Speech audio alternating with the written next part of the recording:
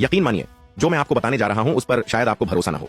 आपके सामने जो यह गियरबॉक्स का गियर शाफ्ट दिखाई दे रहा है, टूटने से पहले बिल्कुल सही हालत में था, लेकिन इतनी बुरी तरह टूट जाने के बावजूद पेशावर के अनुभवी उस्ताद राजेश ने साफ कहा, इसे बदलने की जरूरत नहीं है, इसे आसानी से ठीक किया जा सकता है। उनका कहना था कि कुछ खास तकनीकों का इस्तेमाल करके इसे फिर से बिल्कुल पहले जैसा बनाया जा सकता है, और इसके लिए किसी महंगी मशीन की नहीं बल्कि सिर्फ एक साधारण लेथ मशीन की जरूरत होगी। उन्होंने पहले बड़ी बारीकी से गियर शाफ्ट की कुल लंबाई नापी और फिर अपनी शानदार कारीगरी शुरू कर दी। कुछ ही देर में जो टूटा हुआ शाफ्ट कबाड़ में जाने लायक था, वह बिल्कुल नए जैसा बनकर तैयार हो गया। आखिर उन्होंने यह कमाल कैसे किया? सबसे पहले उन्होंने समझा कि इतनी गहरी दरार को गोंद से जोड़ना नामुमकिन है। दूसरी समस्या यह थी कि गियर शाफ्ट का स्टील बहुत कठोर होता है, इसलिए सीधे मशीनिंग करने पर औजार भी टूट सकते हैं। इसी वजह से उन्होंने पहले शाफ्ट को तेज तापमान पर गर्म किया ताकि धातु थोड़ी मुलायम हो जाए। इसके बाद दोनों टूटे हुए सिरों को लेथ मशीन पर बिल्कुल समतल कर दिया। लेकिन ऐसा करने से एक नई परेशानी सामने आ गई। शाफ्ट की कुल लंबाई पहले से कम हो गई थी। अगर इसे सीधे जोड़ दिया जाता तो न सिर्फ लंबाई कम रहती बल्कि इसकी मजबूती भी घट जाती और कुछ समय बाद दोबारा टूटने का खतरा रहता। यहीं पर उस्ताद राजेश की असली कारीगरी सामने आई। उन्होंने एक हिस्से में गोल छेद बनाकर उसके अंदर एक खास स्टेप सीढ़ी नुमा संरचना तैयार की। यह इस मरम्मत की सबसे अहम तकनीक थी। पहला हिस्सा तैयार करने के बाद उसे अलग रख दिया गया और दूसरे हिस्से पर काम शुरू हुआ। दूसरे हिस्से का काम कहीं ज्यादा कठिन था, क्योंकि गियर शाफ्ट पर काम करते समय बहुत अधिक घुमाव वाला दबाव पड़ता है।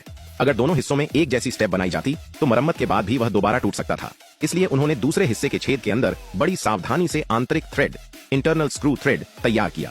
अब एक तरफ थ्रेड और दूसरी तरफ स्टेप बनाकर दोनों हिस्सों को इस तरह जोड़ा जा सकता था कि दबाव बराबर बंट जाए। जब थ्रेड पूरी तरह तैयार हो गया, तब मरम्मत का सबसे महत्वपूर्ण हिस्सा बाकी था। इसके लिए उस्ताद ने गोल स्टील का एक टुकड़ा निकाला। पहले उन्होंने उस पर इंटरनल थ्रेड के अनुसार बाहरी थ्रेड तैयार किया, जबकि दूसरी तरफ उसे स्टेप के आकार में मशीन किया। लेकिन अब एक और चुनौती सामने थी। नया कनेक्टर पूरी तरह गोल और चिकना था, जबकि गियर शाफ्ट के अंदर स्प्लाइन दांतेदार खांचा बना हुआ था। अगर इसे ऐसे ही जोड़ दिया जाता तो यह सही तरह से काम नहीं करता। मगर यह काम भी उस्ताद राजेश के लिए मुश्किल नहीं था। उन्होंने पहले कनेक्टर पर स्प्लाइन का आकार चिन्हित किया और फिर उसके चारों ओर बराबर दूरी पर कई छोटे छोटे छेद बनाए। इसके बाद एक तरफ स्टेप को मजबूती से फिट किया और दूसरी तरफ थ्रेड कसकर दोनों टूटे हुए हिस्सों को पूरी तरह एक कर दिया। अब लेथ मशीन फिर से चालू हुई। उन्होंने कनेक्टर के बाहर मौजूद अतिरिक्त धातु को धीरे धीरे हटाया। जैसे जैसे मशीनिंग होती गई, अंदर छिपा हुआ स्प्लाइन आकार साफ दिखाई देने लगा। सचमुच पेशावर के उस्तादों के लिए कुछ भी असंभव नहीं लगता। इसके बाद स्प्लाइन वाले हिस्से को चारों ओर से अच्छी तरह वेल्ड किया गया, लेकिन काम अभी भी पूरा नहीं हुआ था। वेल्डिंग के बाद निकले हुए उभरे हिस्सों को दोबारा लेथ मशीन पर घुमाकर पूरी तरह गोल और संतुलित बनाया गया। आखिर में ग्राइंडर से सभी वेल्डिंग पॉइंट्स को तब तक घिसा गया जब तक पूरी सतह एकदम चिकनी और समतल नहीं हो गई। अब जो गियर शाफ्ट पहले दो टुकड़ों में टूटकर कबाड़ बनने वाला था, वह फिर से बिल्कुल नए जैसा दिखाई देने लगा।